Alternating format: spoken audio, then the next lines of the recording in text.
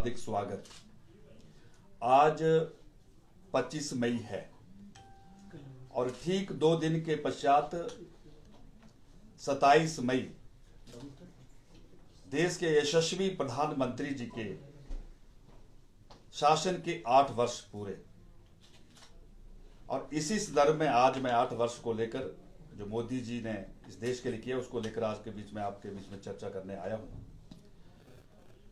मित्रों, आज से 8 वर्ष पूर्व यानी कि 2014 के लोकसभा चुनाव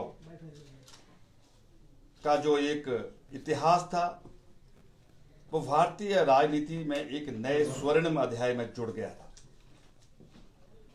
इस देश की जनता ने श्री नरेंद्र मोदी जी को एक प्रधान सेवक के रूप में, एक मजबूत जनादेश के रूप में देश की जनसेवा करने का अवसर दिया था।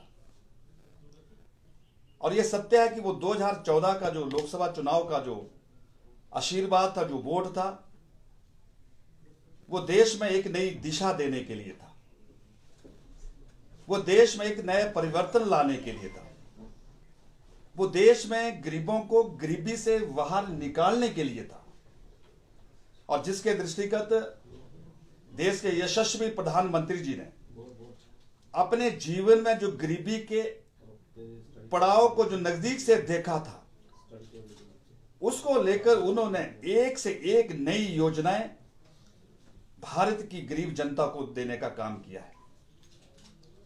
मोदी जी को यह ध्यान में था कि एक गरीब परिवार बिना पैसे के उसका बिजली का मीटर नहीं लगता है, उनके लिए एक सौभाग्य योजना के रूप में वो लेकर आए और गरीब को जो मुफ्त बिजली मीटर का कनेक्शन देने का काम किया। मोदी जी को यह मालूम था कि एक गांव में एक गरीब महिला चूल्हे के धुएं से कितनी ग्रसित रहती है, उसको धुएं से कैसे बाहर निकाला जाए। उनके लिए मुफ्त रसोई का चूल्हा मिले, उसके लिए एक उज्ज्वला योजना लेकर वो आगे आए। मोदी जी को यह मालूम था कि जब देश की और प्रदेश की योजनाओं का लाभ गरीब जनता को मिले, लेकिन जब उनका बैंक खाता नहीं होता था तो उसका योजना का उनको लाभ पूरा नहीं मिलता था। देश के यशस्वी प्रधानमंत्री जी जन धन योजना लेकर आगे आए और हर गरीब परिवार का खाता बिना पैसे के भी खोलने का काम किया। और यही नहीं, मोदी जी ने यह भी देखा, महसूस किया कि एक गरीब परिवार की महिला, हमारी माता, हमारी बहन, जब घर में शौचालय ना हो तो उन्हें कितनी समस्या से गुजरना पड़ता है। और देश के यशस्वी प्रधानमंत्री जी ने हर गरीब परिवार में शौचालय बने, उसके लिए भी घर घर में शौचालय बनाने का काम किया। मैं कह सकता हूं कि देश के यशस्वी प्रधानमंत्री जी ने ऐसी गरीबों की योजनाओं को शुरू करके गरीबों का दिल जीतने का काम किया है। और यही नहीं, इसके अतिरिक्त अनेकों योजनाएं। मोदी जी को यह मालूम था कि एक गरीब परिवार बिना पैसे के इलाज के इस जिंदगी से हाथ धो बैठता है। उनके लिए विश्व की सबसे बड़ी आयुष्मान भारत योजना और संयोगवश उस योजना का निर्माण करने में जो समय के तत्कालीन केंद्रीय स्वास्थ्य मंत्री थे वो हमारे हिमाचल प्रदेश के श्री जयप्रकाश नड्डा जी, उस आयुष्मान भारत योजना के माध्यम से आज देश के गरीब जनता का जो इलाज है 5 लाख रुपए तक मुफ्त हो रहा है। और यही नहीं, हम सभी पत्रकार मित्र जानते हैं कि हम नित्य दिन कोई ना कोई समाचार पढ़ते थे कि देश के किसी भूभाग के किसी किसान ने बाढ़ से सूखे से या प्राकृतिक आपदा से परेशान होकर जो है वो आत्महत्या कर ली। लेकिन देश के प्रधानमंत्री ने उसका भी एक रास्ता निकाला, उसको कैसे रोका जा सकता था। देश के यशस्वी प्रधानमंत्री जी उनके लिए एक प्रधानमंत्री फसल बीमा योजना लेकर आए। आज हम सबके ध्यान में है कि अब किसानों को आत्महत्या करने पर मजबूर नहीं होना पड़ता है। और इसके साथ किसानी के क्षेत्र में छोटे से छोटा किसान कैसे आगे बढ़े, क्योंकि हमारा यह देश कृषि प्रधान देश है। और आप सबके ध्यान में कि अब आने वाले 31 मई को एक बार फिर पहले की तरह हर वर्ष साल में 6,000 रुपए किसानों के खाते में जमा होगा। उस योजना का नाम यह प्रधानमंत्री किसान सम्मान निधि योजना। और यही नहीं, देश के यशस्वी प्रधानमंत्री ने भी कल्पना की कि आजादी के 75 वर्ष के बाद अगर मेरे देश के गरीब परिवार के पास अगर रहने के लिए छत ना होगी तो अमृत महोत्सव का कोई अर्थ नहीं है। उनके लिए भी देश के यशस्वी प्रधानमंत्री जी प्रधानमंत्री आवास योजना लेकर आगे आए और आज देश के गरीबों को वो सुविधा जो है मिल रही है। और यही नहीं, देश के प्रधानमंत्री ने महसूस किया कि एक गरीब परिवार के साथ जब कोई दुर्घटना होती है, जब कोई संकट का समय आता है, तो कैसे उसको संकट से और उस घटना से बाहर निकाला जाए, उसको कैसे सहारा मिले। हम सबके ध्यान में है कि किस सूझबूझ के साथ, किस दूरदर्शिता के साथ आदरणीय मोदी जी ने प्रधानमंत्री सुरक्षा बीमा योजना और प्रधानमंत्री गरीब क्या बोलते ज्योति बीमा योजना, इस प्रकार की योजना को लेकर आए और आज हमारे गरीब भाइयों को उसका भी लाभ मिल रहा है। यही नहीं, इस प्रकार की अनेकों योजनाएं आज हिमाचल प्रदेश का एक इतिहास बन गया है। प्रधानमंत्री जल जीवन मिशन योजना हिमाचल प्रदेश के अंदर नहीं, पूरे देश के अंदर इस योजना को शुरू किया गया कि हर परिवार को जो है शुद्ध पेयजल मिले, हर खेत को पानी मिले। इसी क्रम में हिमाचल प्रदेश में आप सबको ताज्जुब होगा कि पिछले आजाद भारत की जो कालखंड की अवधि है 72 वर्ष की, उसमें पूरे प्रदेश के अंदर 7,63,000 पेयजल के नलके लगे और पिछले 2.5 वर्षों में इस जल जीवन मिशन योजना के अंतर्गत 8,63,000 नए नल लगे। एक बहुत बड़ा रिकॉर्ड है। मैं मीडिया से निवेदन करना चाहता हूं कि इस तुलनात्मक इस अंतर की चर्चा समाज और प्रदेश में होनी चाहिए।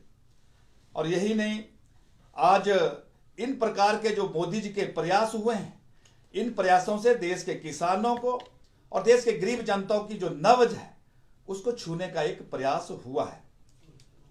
हम सबके ध्यान में कि जिस तरीके से देश के प्रधानमंत्री जी मोदी जी नेतृत्व कर रहे हैं कि ये देश आत्मनिर्भर बने, ये देश स्वावलंबन और स्वरोजगार की दृष्टि से आगे बढ़े, इस दिशा में भी देश के यशस्वी प्रधानमंत्री श्री मोदी जी ने stand up India, startup India और मेकअप इंडिया की ऐसी अनेकों योजनाओं को जमीन में उतारकर इस देश के विकास में एक नई ताकत देने का काम किया है। और मित्रों, यह भी हमें मालूम है कि जो 2014 का जो लोगों का जो वोट था, यह मोदी जी को एक आशीर्वाद था। यह बदलाव और दिशा परिवर्तन के साथ जो देश की एक रीति और नीति थी उसको भी बदलने के लिए था। हम सब इस बात के गवाह कि वो 5 वर्षों के अंदर हमने इस देश की व्यवस्था को बनते हुए देखा है। हमने उन 5 वर्षों के अंदर जो देश भ्रष्टाचार के दलदल में फंसा हुआ था, इस देश की जनता ने इस देश को भ्रष्टाचार के दलदल से भी बाहर निकलते हुए देखा है। मैं कह रहा हूं कि देश के यशस्वी प्रधानमंत्री जी ने जिस अंत्योदय की भावना के माध्यम से देश के गरीबों की उस जिंदगी को आसान बनाने के लिए जो काम किया है और जो उसमें एक गवर्नेंस में जो परिवर्तन हुआ है, उसको हम सब लोगों ने नजदीक से देखा है। ये मैं आज आपको बताना चाहता हूं। और यही नहीं, उन 5 वर्षों के अंदर इस देश के अंदर और देश के बाहर सर्जिकल स्ट्राइक भी हुए, एयर स्ट्राइक भी हुए, लेकिन उसके बावजूद भी वर्षों पुरानी 45 वर्षों से ज्यादा लंबी चली आ रही सैनिकों की मांग 1 रैंक 1 पेंशन, उसको भी हमने उन 5 वर्षों में पूरा होते हुए देखा है। यही नहीं, 1 रैंक अपना 1 नेशन और 1 जीएसटी के रूप में जो 1 एक निर्णय हुआ है, उसको भी इस देश की जनता ने अमल करते हुए देखा है। और लंबे समय से किसानों की एक एमएसपी की मांग चली आ रही थी, उसको भी हमने पूरा करते हुए देखा है। अर्थात मेरा कहने का यह भाव है कि जो पहला जो 5 वर्ष का कार्यकाल था वो देश की आवश्यकताओं की पूर्ति के लिए पूरी तरह समर्पित रहा। यह मैं आपको बताना चाहता हूं। ये 2014 का मैंने आपको बताया। अब अगर उसके बाद 19 का जो दूसरा कालखंड मोदी जी का शुरू हुआ कार्यकाल, उसमें भी आप सबके ध्यान में है कि उस 2019 के लोकसभा के चुनाव में जो पहले 2014 में देश के बदलाव को, देश की दिशा को, देश के रीति नीति को परिवर्तन के लिए लोगों ने वोट किया था, 2019 का जो वोट था वो देश में एक बड़े सपनों के लिए था, देश की आकांक्षाओं और आशाओं की पूर्ति के लिए था, देश के जो सपनों की एक बड़ी उड़ान थी उसको पूरा करने के लिए था, जो हम सबके ध्यान में है। आज जन जन से जुड़ी जनमन शक्ति देश की राष्ट्रीय शक्ति की चेतना को जो है प्रज्वलित कर रही है। देश ने कई नए सपने लिए हैं, देश ने कई बड़े संकल्प लिए हैं, लेकिन देश के यशस्वी प्रधानमंत्री जी ने उन संकल्पों को सिद्ध करने के लिए नित दिन कोई ना कोई कदम उठाकर देश को आगे गति देने का काम किया है। ये हम सबके ध्यान में है। मित्रों, भारत की इस ऐतिहासिक यात्रा में देश के समाज के हर वर्ग का, समाज के हर व्यक्ति का, हर परिवार का सहयोग की दृष्टि से एक सकारात्मक, जिसको कहते हैं, योगदान रहा है, और जिसके अंतर्गत मैं कह सकता हूं कि जो मेरे देश के नेता, मेरी पार्टी ने सबका साथ, सबका विकास, सबका प्रयास, सबका विश्वास, इस मूल मंत्र के साथ जिस तरीके से देश में हमारे, चाहे वो आर्थिक पहलू हो, चाहे सामाजिक हो, चाहे हमारे वैश्विक हो, चाहे आंतरिक हो, इन क्षेत्रों में देश को गति देने का काम किया आदरणीय नरेंद्र मोदी जी ने। ये हम सबके ध्यान में और हम सबको समझने की आवश्यकता भी है। और यही नहीं, इस दूसरे कार्यकाल में भी कई प्रकार के ऐतिहासिक निर्णय हुए हैं।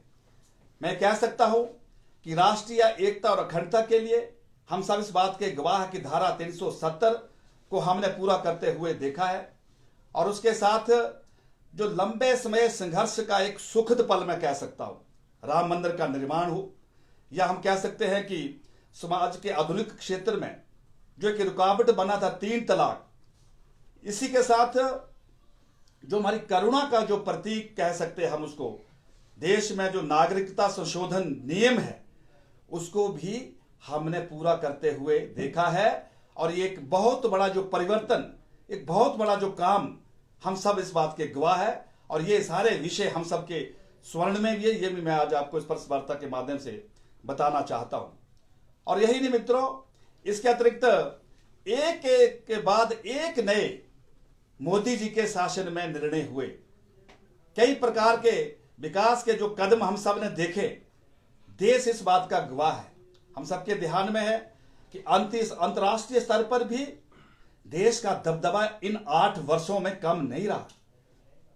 आप सब इस बात के गवाह है कि देश के सबसे बड़े ताकतवर मुल्क, चाहे वो अमेरिका हो, चाहे वो रसिया हो, चाहे वो सऊदी अरब हो, या हमारे पड़ोसी जो मुल्क है अफगानिस्तान हो, मालदीव हो, सऊदी अरब हो या दुबई हो, हमने इन सभी देश को नरेंद्र मोदी जी को विश्व का एक शांति दूत के रूप में अपने अपने स्टेट के, अपने अपने देशों के जो सर्वोच्च अवार्ड है उनको भी हमने सम्मानित करते हुए एक प्रतिस्पर्धा की होड़ में देखा है। यह भी मैं आपको आज बताना चाहता हूं। और इसके साथ ये मैं कह सकता हूं कि पिछले कुछ वर्ष पूर्व हमारे देश के कुछ विरोधी दल के लोग मोदी जी के 56 इंची की छाती को लेकर कई प्रकार की कसीदे कसते थे। और मैं आज बताना चाहता हूं आपको कि हम सब के ध्यान में है कि वो म्यांमार की नागा की आतंकियों की वो घटना, उड़ी का वो हमला, या पुलवामा का सीआरपीएफ कैंप पर जैसे मोहब्बत का फिदाइन हमला, जिस तरीके से दुश्मन उन मुल्क के आतंकियों ने इस देश पर प्रहार करने का प्रयास किया था, मोदी जी ने सर्जिकल स्ट्राइक के रूप में उसी ही भाषा में उनको समझाने का काम किया है। ये 56 इंच के सीने जो जिसकी बात करते थे, ये उनकी ताकत का एक नमूना है। और यही इस देश से भी बाहर, क्या हम सब भूल गए कि वो बालाकोट की 300 आतंकियों को ध्वस्त करने का जो विषय था, कि जब मोदी जी को यह मालूम हुआ कि आतंकी पाकिस्तान के उस धरती पर भारत को नुकसान करने के लिए वहां एक कैंप चला रहे हैं, और देश के यशस्वी प्रधानमंत्री ने अपनी सूझबूझ और कुशलता के साथ एयर स्ट्राइक के माध्यम से उन दुश्मन देश के आतंकियों को वहीं ध्वस्त करके हम सब के सामने उस घटना को प्रस्तुत किया। हम सब इस बात के भी गवाह है। एक इस प्रकार का जो बदलाव पिछले इन 8 वर्षों में मिला है, जिसकी आज मैं आपके बीच में चर्चा कर रहा हूं। मुझे इस बात का फक्र भी है। और यही नहीं, पिछले कुछ 2 वर्ष ऐसे गुजरे हमारे कि पूरे विश्व को कोरोना ने अपनी चपेट में ले लिया था। और उन 2 वर्षों में भारत में किस प्रकार का यहां वातावरण रहा है, वो हम सबके ध्यान में है कि उस कोरोना के विरुद्ध जिस तत्परता और जिस सजगता के साथ मोदी जी ने कदम बढ़ाकर अपने जो समाज के जो लोग थे, चाहे उनको हम जन समाज के माध्यम से कह सकते हैं, चाहे उनको जन साझेदारी के माध्यम से कह सकते हैं, चाहे वो जन सरोकार के माध्यम से जागरूकता चलाकर जिस तरीके से कोरोना के विरुद्ध लड़ाई लड़ी है, वो इस देश की जनता कभी भूल नहीं सकती है। मोदी जी ने लाल किले की प्राचीर से कहा था कि हम जान को भी बचाएंगे और जहान को भी बचाएंगे। लेकिन पत्रकार मित्रों, आप सबके ध्यान में है कि पोलियो का जो टीका उसके भारत में आने में 83 वर्ष लग गए थे। लेकिन मोदी जी की सूझबूझ, मोदी जी की कुशलता के कारण इसी ही धरती में 9 महीने के अंदर वो टीका तैयार हुआ और वो दोनों भुजाओं में मुफ्त लगाकर देश की जनता को मोदी जी ने देश की ताकत दिखाने का भी काम किया। हम सबके ध्यान में, हम सबके ध्यान में कि विश्व के बहुत से मुल्क ऐसी चिंता कर रहे थे कि अगर भारत में अगर कोरोना आ जाएगा तो पूरा विश्व संकट में घिर जाएगा। लेकिन आज विश्व की नजर में भारत का नजरिया बदल गया है। ये कुछ विषय थे जो कुछ 8 वर्षों की यात्रा के, और मुझे लगा कि आज मैं अपने पत्रकार मित्रों के साथ इन सारे विषयों को, सारे इन घटनाक्रम को साझा करूं। मुझे आज की प्रेस वार्ता में इतना ही कहना है। आप सभी आए, आपका बहुत बहुत धन्यवाद। नमस्कार।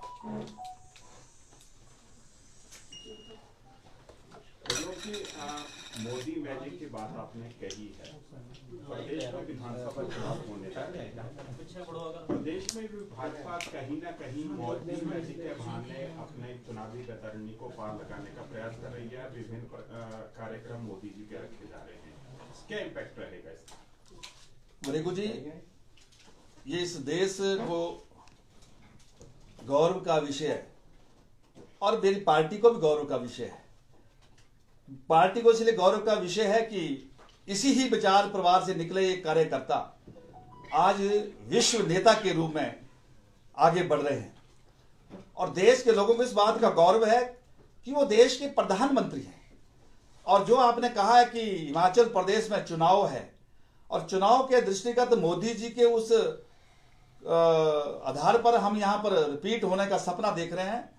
मोदी जी पहले भी अनेकों बार इस प्रदेश में आते जाते रहे, जो चुनाव है चाहे वो विकास के पहलू हिमाचल से जुड़े रहे हैं। लेकिन हमें तो इस बात का फक्र है कि हमारे पार्टी से निकला वो कार्यकर्ता देश का प्रधानमंत्री है और हिमाचल के लोगों को के बीच में वो अपनी पार्टी के लिए समर्थन और आशीर्वाद मांगेंगे। हम कोई कांग्रेस के लोगों को थोड़ी बुलाएंगे या दूसरे दल को थोड़ी बुलाएंगे, अपने पार्टी के नेता को बुलाएंगे। और मोदी जी के लिए हिमाचल जो पराया नहीं है। मोदी जी बार बार कहते हैं कि हिमाचल मेरा अपना दूसरा घर है, क्योंकि मोदी जी ने इस प्रदेश को अपने कदमों से नापा है।